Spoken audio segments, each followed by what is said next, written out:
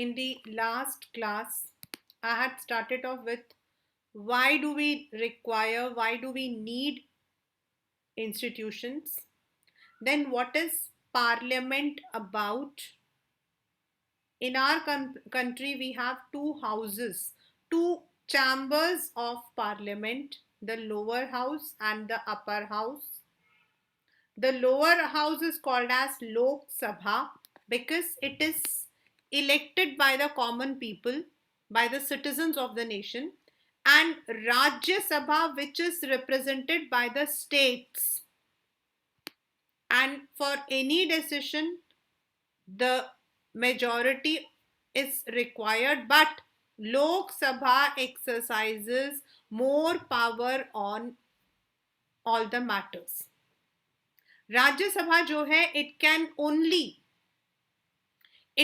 only refuse or make some changes. लेकिन अगर लोक सभा कहता है कि we will not make the changes, then it has to be passed. And why this is?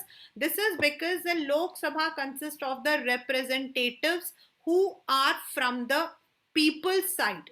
लोग जो चाहते हैं वैसा होता है.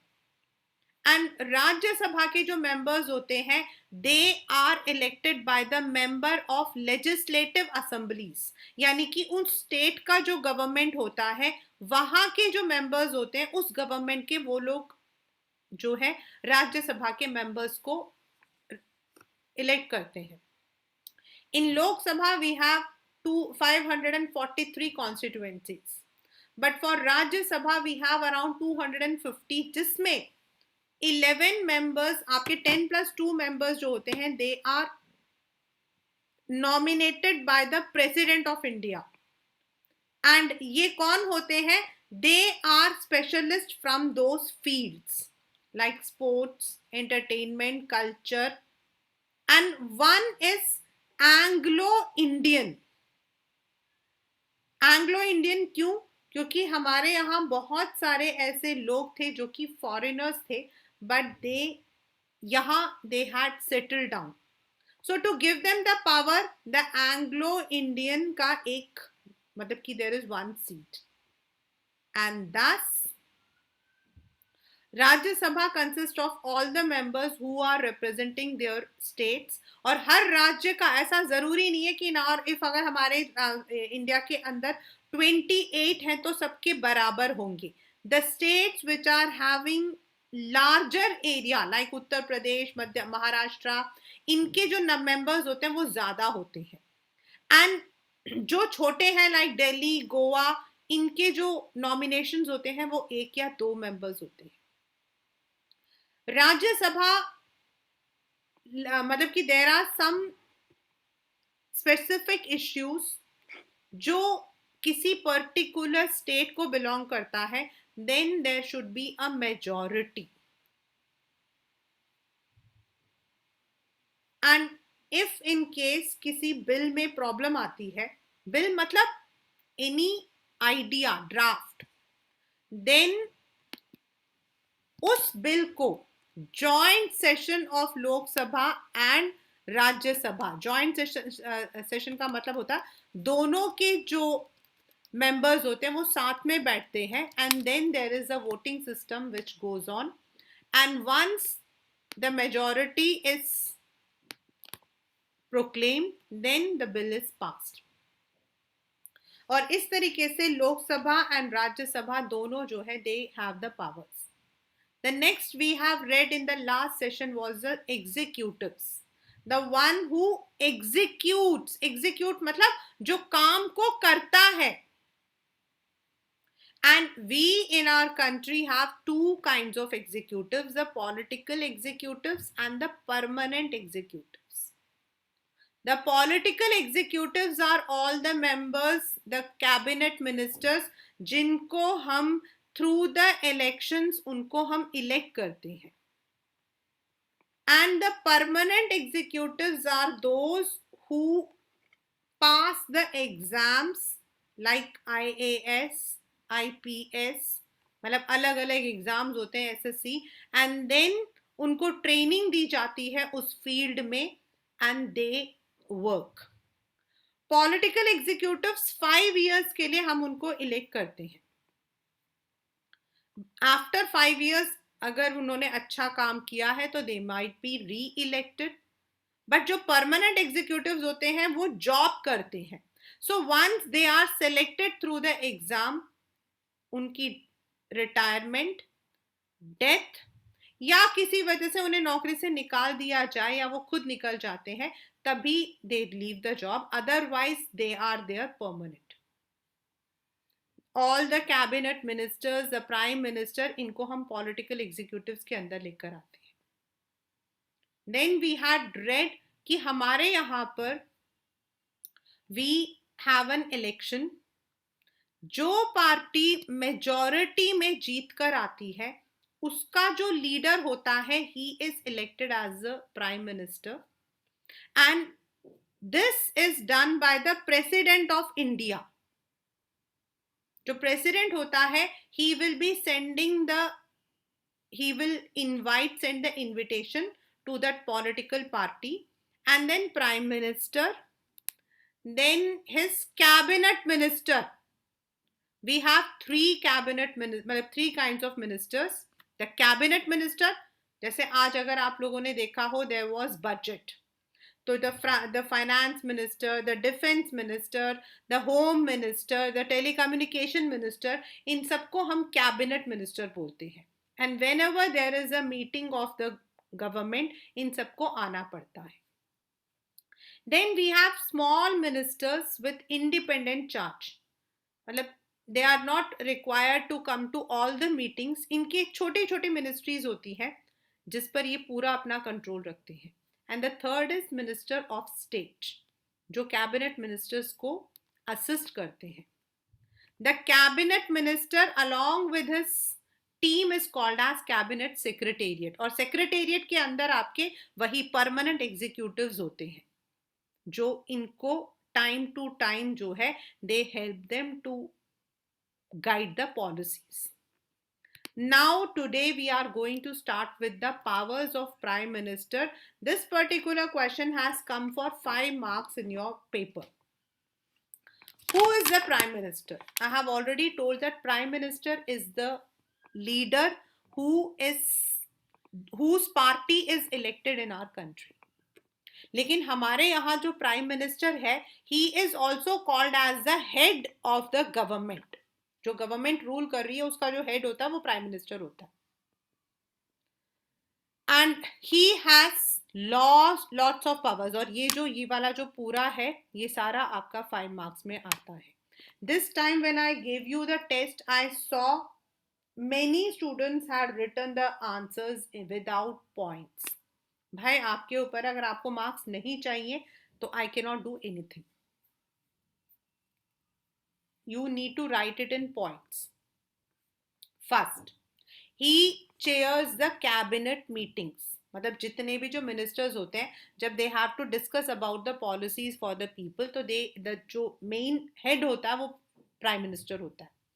जितने आपके डिपार्टमेंट्स हैं, लाइक फाइनेंस है, होम है, जितने भी हैं, उन सबको कोऑर्डिनेट करता है, किसको कौन सा काम करना है, कि उसको क्या करना है. All his decisions are final in case disagreement arises between departments. अगर मतलब कि आपस में if two departments, two government bodies are not working properly, then prime minister will make the decision.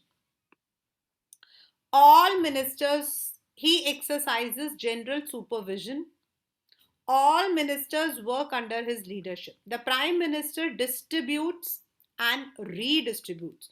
जैसे फॉर एग्जाम्पल आज प्राइम मिनिस्टर जो है उसने ओथ लिया, तो जब पहली बार वो ओथ लेते हैं तो ही डजंट डिसाइड कि कौन कौन से मिनिस्टर्स में रहेगा. स्टार्टिंग में we can have 15% of the overall strength, around 60 to 70 ministers हम अपने कैबिनेट में रखते हैं. तो ही विल डिसाइड, प्रज्ञा ये वाला मिनिस्टर देखेगी, गौनिक ये देखेगा, दिव्यांश ये देखेगा, यश ये देखेगा, शौमिली ये देखेगी.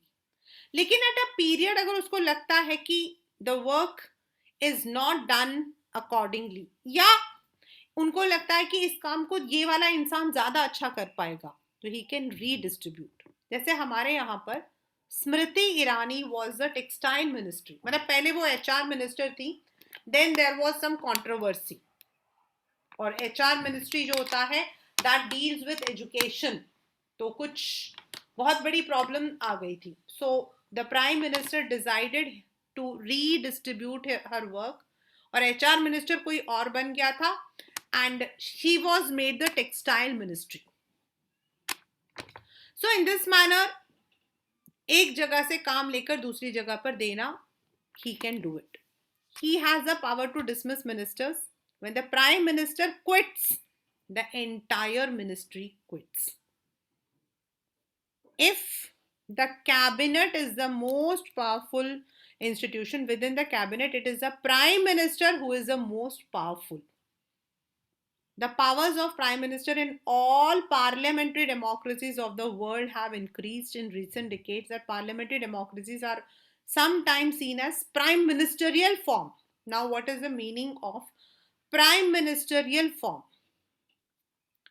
In countries like USA, आपका प्रेसिडेंशियल फॉर्म होता है. आपके पेपर में भी question specifically it has come that differentiate between prime ministerial and presidential. हमारे यहाँ पर in our country prime minister has powers, मतलब कोई भी decision he can take, whereas in countries like US it is not the people, it is not the ministers who can take the decision, it is the president who makes the decision. जैसे Biden है US का president, he is one who has to make the decision. He doesn't need to consult anyone. Whereas in our country, the prime minister has to consult with the ministers. And वो और उसका cabinet पूरा एक group होता है. अगर prime minister quit करेगा तो मिनिस्टर्स को भी क्विट करना पड़ेगा, मिनिस्टर एक क्विट करेगा तो पूरा कैबिनेट को करना पड़ेगा. But this is not there in presidential. अगर उसका कोई मिनिस्टर क्विट कर देता तो उसकी जगह दूसरा आ जाएगा. That is the difference. As political parties have come to play a major role in politics, the prime minister controls the cabinet and parliament through the party. The media also contributes to this trend by making policies, politics and elections as a competition between top leaders. आपने देखा होगा media दिखाती है राहुल गांधी ने ये बोला, मोदी जी ने ये बोला, so they try to, जिसकी गलती होती है उसको दिखाने की कोशिश करते हैं जिससे कि मैक्सिमम बेनिफिट्स मिले सबको. In India, we have seen such a tendency towards a concentration of powers in the hands of prime minister. हमारे यहाँ पर बहुत सारे प्राइम मिनिस्टर्स ऐसे रहे हैं जिनकी हम बहुत वैल्यू करते हैं.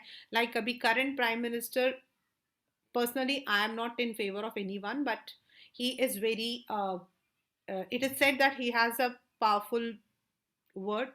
देन आपके Atal Bihari Vajpayee was considered as one of the very favorite prime minister. Indira Gandhi was called as the Iron Lady, and Jawaharlal Nehru was said to have a charismatic figure. मतलब उनका तो जादू चलता था लोगों पर.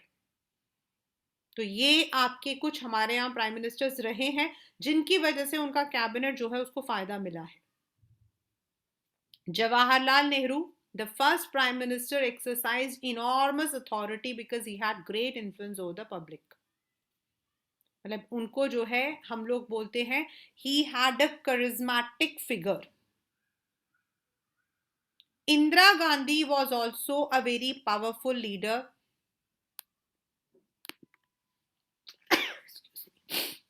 Compared to her colleagues in the cabinet, she was called as the Iron Woman. क्यों?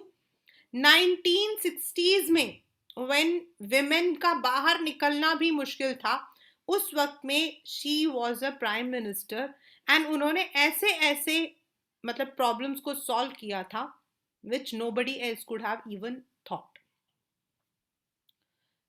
Of course, The extent of power wielded by prime minister also depends on the personality of the person. Like as I said that हमारे यहाँ पर मुझे याद है I was standing in the election line, तो मेरे आगे एक इंसान था, वो कहता मैं तो मोदी को वोट डालूंगा। एंड मतलब मेरा मन कर रहा था मैं उसे बोलूं कि भाई हम मोदी को वोट नहीं डालने आए हैं, हम तो एक पॉलिटिकल पार्टी को देने आए। But people have this in their mind कि अगर वो इस आदमी को डाल रहे हैं तो वो मतलब कि उस आदमी को डाल रहे हैं जिनको वो चाहते हैं prime minister banana. However, in recent years, the rise of coalition politics has imposed certain constraints on the power of prime minister. Now, what is coalition? Sometimes what happens is, sometimes और India के अंदर 3 या 4 बार हुआ है, no political party gets a clear majority, मतलब किसी को पूरे वोट्स नहीं मिलते। नाउ देयर इज मतलब कि अकॉर्डिंग टू गवर्नमेंट 2/3 वोट आपको मिलना चाहिए कॉन्स्टिट्यूशन के according.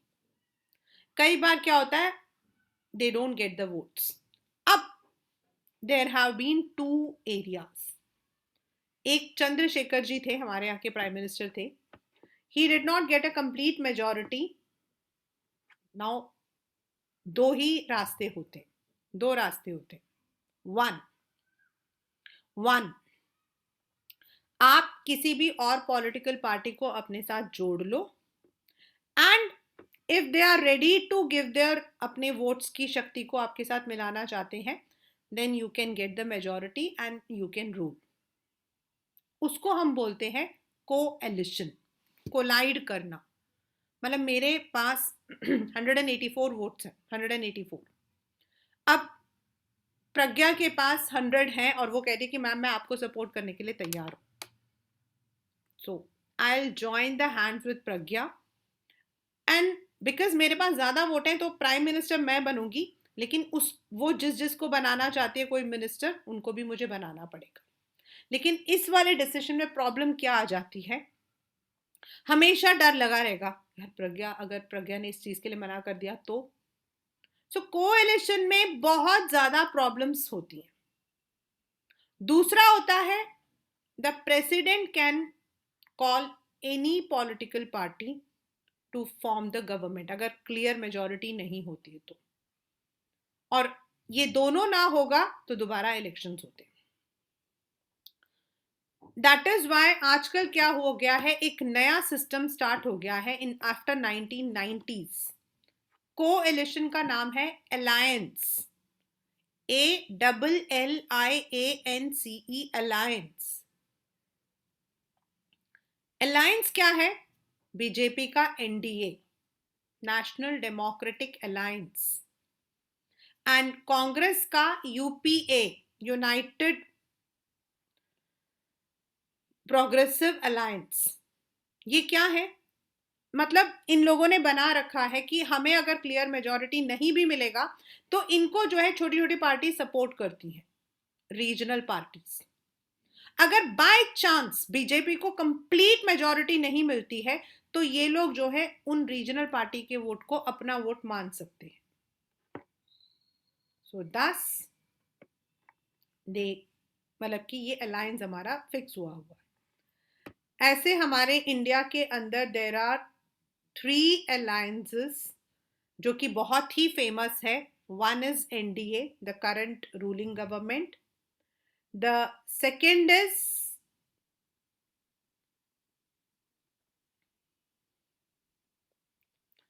UPA and third is left front.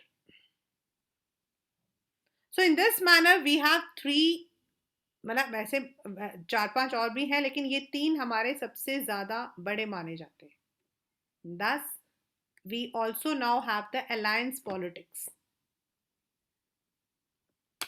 But problem यही होती है कि अगर एक भी पार्टी पीछे हट जाती है तो then the problem comes. He has to accommodate different groups and factions in his party as well as among the alliance partners. He also has to heed to the views. अब भाई alliance है या coalition है तो मुझे उनकी भी बात सुननी पड़ेगी, और कई बार क्या होता है, the survival of the government becomes difficult. Often होता है। हमारे यहाँ अभी तक अलायंस फेल ही रहा है, सॉरी कोएलिशन फेल ही रहा है। Alliance has been successful but coalition fail रहा है when two political parties come together to form the government. Now, president, आपके पेपर में क्वेश्चन आता है, the president of India has, उसका नाम क्या, has a ceremonial function, ceremonial powers, या फिर what are the president's powers, या फिर what are the discretionary powers of president. हमारे इंडिया के अंदर, because we are having a constitution, so to protect the constitution, government अब आएगी जाएगी, और अगर मान लो गवर्नमेंट अपने हिसाब से कॉन्स्टिट्यूशन को चेंज कर दे, इसीलिए हमारे यहाँ प्रेसिडेंट को हेड ऑफ द स्टेट कहा जाता है। मतलब हमारे इंडिया का first citizen is the president of India, and उनकी जो वाइफ होती है, या उनको हम फर्स्ट वुमेन बोलते हैं, he or she is the first citizen of our country. They are the one who are actually the guardian. Whereas prime minister is the head of the government. जो भी government आता है उसका जो head होता है वो prime minister होता है. In our political system, the head of the state exercises only nominal powers. उनके कुछ powers हैं, not many. Like prime minister को तो हर जगह पे आना पड़ता है. The president doesn't come. He is like the Queen of Britain, whose functions are to a large extent ceremonial. Ceremonial मतलब जब जब कोई जैसे oath लिया जाता है, then there are some special powers, तभी his role comes. The president supervises the overall functioning of all the political institutions so that they operate in harmony to achieve the objectives. He is not elected directly by the people. He is elected by the electoral college. याद रखना इस word को. Kindly remember this word. He is elected by the electoral college. Now, what is the meaning of electoral college? Means जो हमारे जितने भी MPs हैं एक मतलब पार्लियामेंट में, एंड ऑल द MLAs, जितने भी हमारे स्टेट्स हैं वहां जो MLAs हैं, they have to vote for the president. अब प्रेसिडेंट कौन बनेगा, इट डिपेंड्स. कोई भी पॉलिटिकल पार्टी का भी हो सकता है and outside the political party का भी हो सकता है. Like Dr. APJ Abdul Kalam did not belong to any political party. तो अगर मान लो मैंने एक आदमी को नॉमिनेट कर दिया है, नाउ इन द पार्लियामेंट जितने MPs हैं they have to vote, and जितने भी आपके लेजिस्लेटिव असेंबलीज हैं वहां पे भी वोटिंग होती है. And then what happens is, मतलब जैसे 3 कैंडिडेट्स हैं, जिसको मान लो कि प्रज्ञा, गौनिक एंड दिव्यांश है. Why I am taking the name is, ये सामने दिख रहे हैं, प्रज्ञा, गौनिक एंड दिव्यांश है. अब प्रज्ञा को वोट नहीं मिले तो प्रज्ञा के जो वोट होंगे उससे पहले जिसको सबसे ज्यादा मिला है, से दिव्यांश को मिला, तो that will be added to Divyansh. Now there will be competition between Gaunik and Divyansh, और जिसको सबसे ज्यादा वोट मिलता है from all the MPs and MLAs, he और she is chosen as a president. And इसको हम बोलते हैं electoral college. A candidate standing for president post has to get a majority of vote. This ensures president can be seen to represent the entire nation. क्योंकि MLAs होते हैं states के, तो यानी कि हम राज्य को भी इंक्लूड कर रहे हैं, एंड लोकसभा यानी कि हमारे रिप्रेजेंटेटिव्स उनको भी इंक्लूड कर रहे हैं. This at the same time the president can never claim the kind of direct popular mandate that the prime minister can. मतलब उनको हम इलेक्शन के थ्रू नहीं जीत कर सकते हैं. This ensures she remains only a nominal executive. Nominal मतलब जो काम उनको दिया जाता वही. Now what are the powers of president? If you casually read, you will think there is nothing she can do, but this is wrong. All the government activities, like कोई law बन रहा है, कोई एग्रीमेंट हमारा sign हो रहा है China के साथ, all the appointment, all the agreements will be signed in the name of the president. यहां तक एक कंपनी अगर गवर्नमेंट खड़ा करती है, अगर गवर्नमेंट कोई कंपनी बनाती है, गवर्नमेंट बनाती है, तो जो उसमें शेयर्स होते हैं वो प्रेसिडेंट के नाम से खरीदे जाते हैं। This is because president is permanent,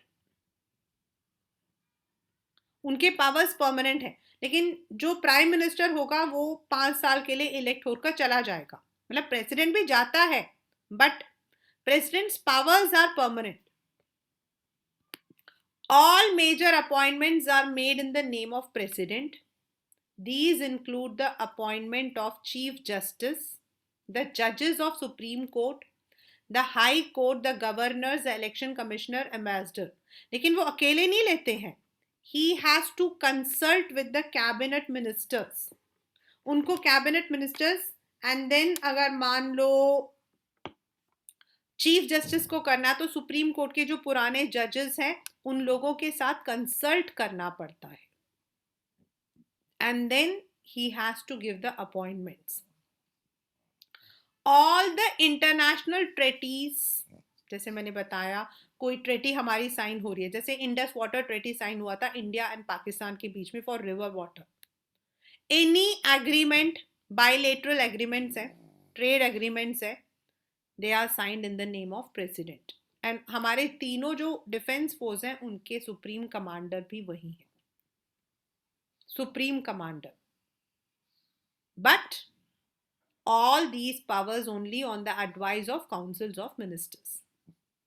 The president can ask the council of ministers to think about an advice, लेकिन अगर वो मना कर देते हैं तो the president is bound to act.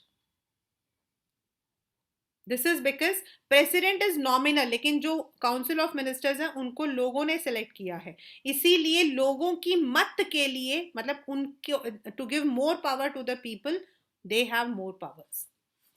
Similarly a bill passed by the parliament becomes a law only after the president gives assent to it. मतलब कोई भी एक पॉलिसी बनी, एक नया रूल बना, बट वो रूल तभी रूल बनेगा when the president gives the accent.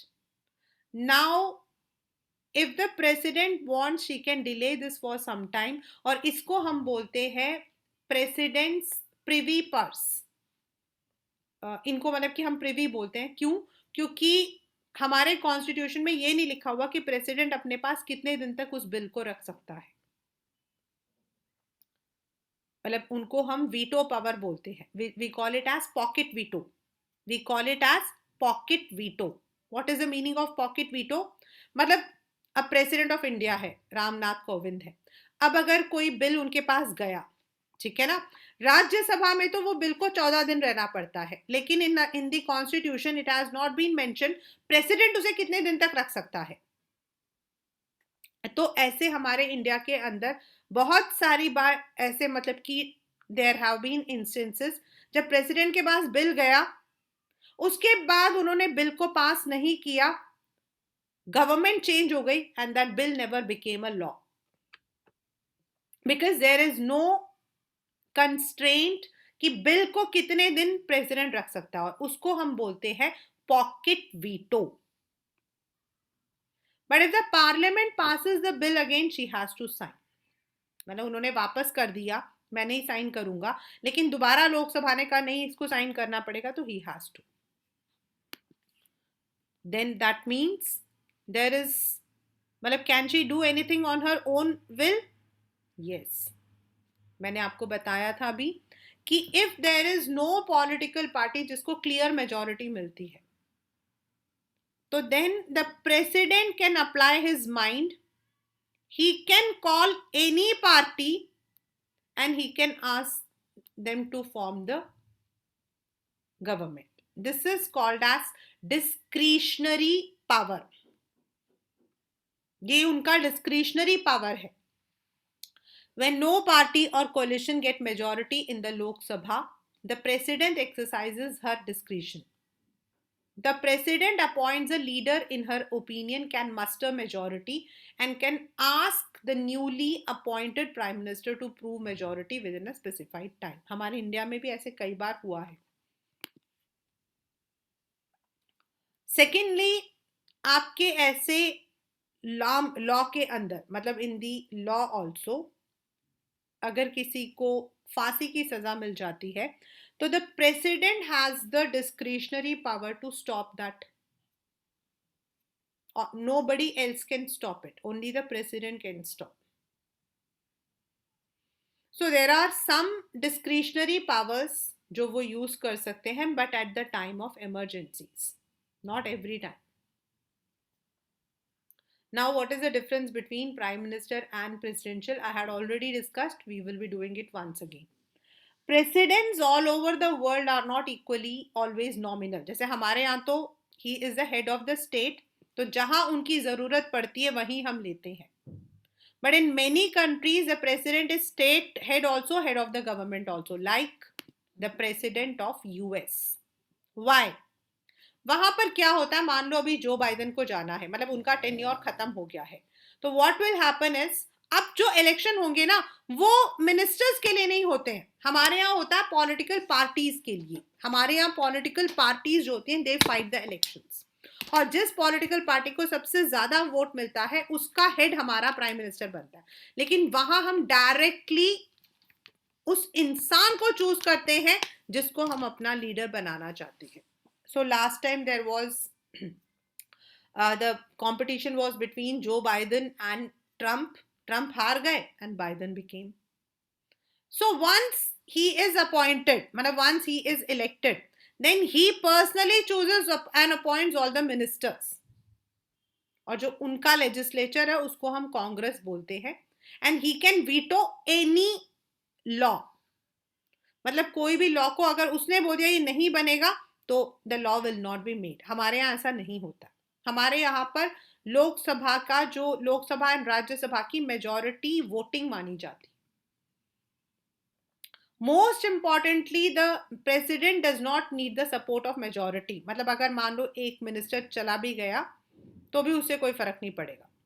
He has a fixed tenure of 4 years. हमारे यहाँ 5 है, वहां 4. And even if his party does not have a majority, वो तब भी he will be the president. This model is followed by most of the countries of Latin America, many of ex-Soviet Union, मतलब पहले ये लोग सब Soviet के members है, like पोलैंड वगैरह. Given the centrality of the president, it is called as presidential. और हमारा जो है parliamentary system माना जाता है. The last but not the least is the judiciary. हमारे पास 3 organs है. First is the legislature, the one who makes the law. The law is made in the Lok Sabha, the parliament. And the second one is the executives, the political and the permanent executives, जो देखते हैं कि वो law जो है it has been implemented. But if there is any dispute, then we have a third organ which is called as judiciary.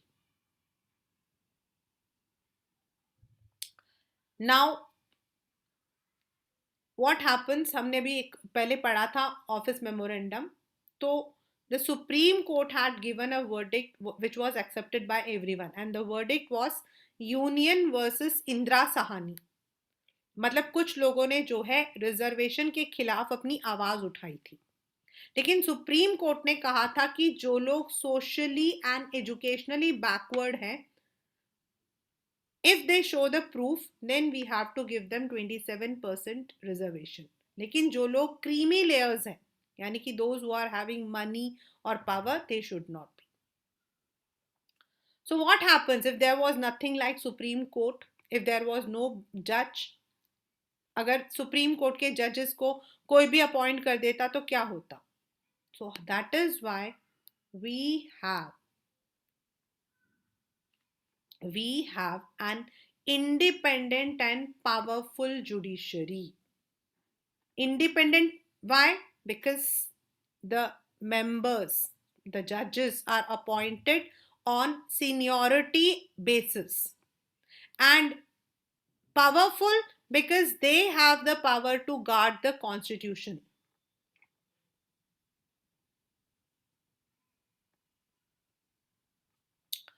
All the courts at different levels in a country put together are called as judiciary. हमारे यहाँ पर सबसे नीचे district courts, then आपका high court, then supreme court. District court हर एक जगह पर हर स्टेट में अपने अपने डिस्ट्रिक्ट्स में होते हैं. वेर एज हाई कोर्ट उस स्टेट का कोर्ट होता है. Supreme court is the highest apex court. It means Supreme Court controls the judicial administration in the country and its decisions are binding to all other, उनके नीचे जितने भी हैं. Now किस किस तरीके के हम लोग जो है disputes ले सकते हैं? Which are those?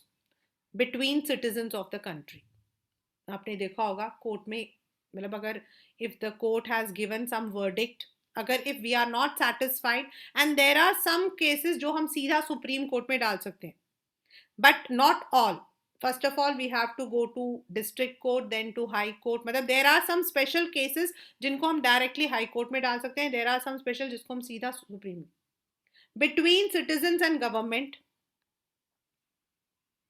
if you feel एक law जो है that is not right for the people, you can put. Between two or more state governments, जैसे कर्नाटका एंड महाराष्ट्र, कर्नाटका एंड तमिलनाडु में वाटर प्रॉब्लम चल रही है कावेरी को लेकर, that is there in the court.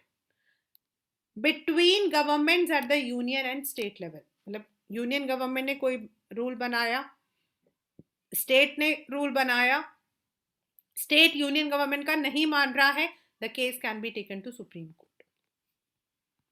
It is the highest appeal of civil and criminal courts. It can hear appeals against the decisions of the high courts. Independence of judiciary means, what is the meaning of independence? It is not under the control of legislature and executive. मतलब उसमें prime minister, president या फिर कोई भी जो है अपना टांग नहीं अड़ा सकता. The judges do not act on the direction of government and according to the wishes of the political parties. Political party कोशिश करती है, लेकिन कोर्ट पूरे एविडेंसेस के साथ they take the decisions according to the constitution and law, not according to the political parties. That is why हमारे यहाँ पर एक right है equality. Whether you are prime minister or you are a small farmer, अगर आपने गलती की है तो दोनों को एक जैसा ही ट्रायल मिलेगा. That is why all the modern democracies have courts that are independent of legislature and executive. India में तो है.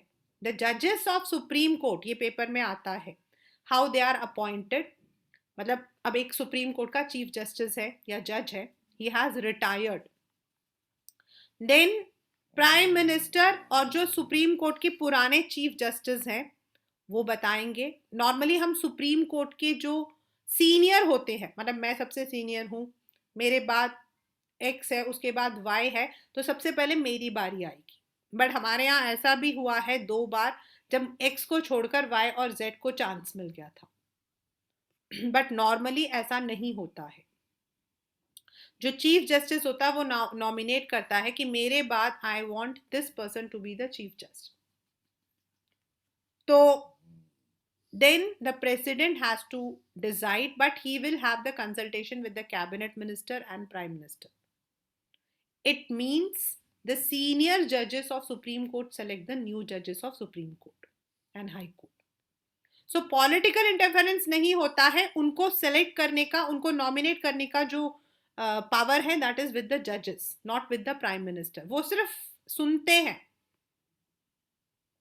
The senior most judge of Supreme Court is usually appointed as the Chief Justice. And once he or she is appointed, then it is nearly impossible for removing. ये paper में भी आया हुआ है. How can the judge of a Supreme Court and High Court be removed? It is not, मान लो एक chief justice है, अभी हुआ था 2020 में शायद, अगर जज को रिमूव करना है तो पहले जो स्पीकर होगा वो एक मोशन लेकर आएगा, हम इस जज को रिमूव करना चाहते हैं because he has work against the law, और उसको हम बोलते हैं इम्पीचमेंट मोशन। देन लोकसभा में अलग से उस बिल को दिया जाएगा, लोकसभा में जितने मेंबर्स हैं उनका 2/3 जो है they have to give the vote against him. Then Rajya Sabha में भी वो जाएगा, वहां पर भी 2/3 होगा, then only the judge can be removed, and it has never happened. This is very true, this is very true, क्योंकि दोनों मतलब लोकसभा में 543 है उसके 2/3, राज्यसभा में जितने उसके 2/3, अलग अलग they have to give the verdict. The judiciary in India is one of the most powerful. Why? ये पूरा अब जो पढ़ेंगे वो इसी को बताता है, because they are the guardians of the law. They see that जो लेजिस्लेचर एंड जो आपका एग्जीक्यूटिव है they are working according to the law and also according to the constitution. Even कोई नया लॉ बनाया है, कॉन्स्टिट्यूशन में किसी लॉ को अमेंड किया है, so the supreme court and high court have the power to interpret that, और अगर लॉ बना है तो they have the power to, वो बोल सकते हैं कि दिस इज इनवैलिड, क्योंकि वो देखेंगे उसको, वो लोग जो हैं दे विल बी सीइंग कि क्या वो कॉन्स्टिट्यूशनल वैलिडिटी रखता है। हमारे यहाँ ऐसे कई बार लॉ बने, एक बार ऐसा लॉ बना था यूपी में, जिनके 2 से ज्यादा बच्चे होंगे they can not fight the election. Now law तो बहुत अच्छा था लेकिन it could not be implemented because हमारा जो कॉन्स्टिट्यूशन है वो कहता है universal adult franchise, there should be no discrimination, so that had to be repeat. They can declare any invalid law which is against the actions of executive whether at union or state law if they find it against the constitution. They determine the constitutional validity, मतलब validity मतलब whether it is constitutionally right or wrong. ऐसे कई हमारे पास में है, if you read legal, अगर आप law पढ़ोगे ना तो आप देखोगे ऐसे कई हमारे पास आए हैं जब गवर्नमेंट ने लॉ तो बना दिया लेकिन बाद में देखा गया कि that law could not B, जैसे इंदिरा गांधी जी जो थी, she had made a law that prime minister, president and vice president को आप जो हो you can not arrest, but constitutional validity that is judicial review, यानी कि थ्रू द जुडिशरी उसको रिव्यू किया गया, उस पर विचार किया गया और ये पता लगा कि हमारा कॉन्स्टिट्यूशन कहता है everyone is equal in the eyes of law, whether you are the prime minister or an ordinary person. So this cannot be implemented. Judicial review मतलब legally law के according उस पर विचार करना.